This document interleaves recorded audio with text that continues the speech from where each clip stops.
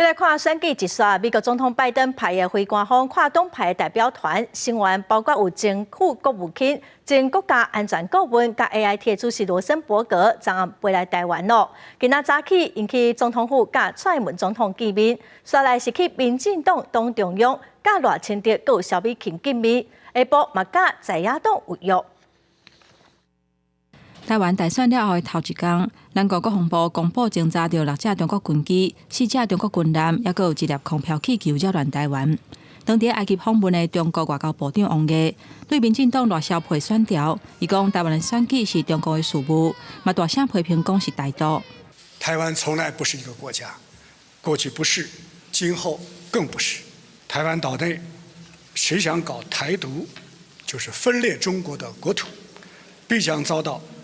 历史和法律的严惩。美国总统拜登同款照应过的，派非官方下党派高阶代表团来台湾，包括前副国务卿斯坦伯格、前国家安全顾问哈德利，甲 AIT 主席罗森伯格，10时暗时就来台湾。15透早先去总统府拜会总统蔡英文，恭喜台湾选举顺利结束，嘛表达对台海和平稳定的关心。To convey America's strong support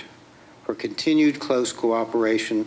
across the Taiwan political spectrum. We look forward to continuity in the relationship between Taiwan and the United States under the new administration, and for common efforts to preserve cross-strait peace and stability. Our insistence on exclusively peaceful means to address the cross-strait issues, the importance of dialogue,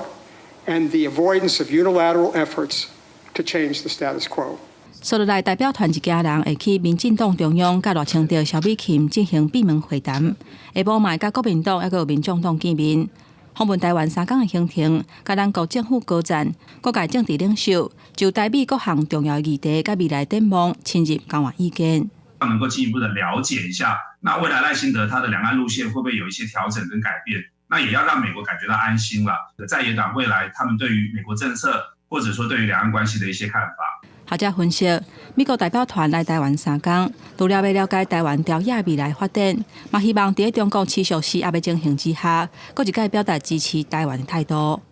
记者综合报道。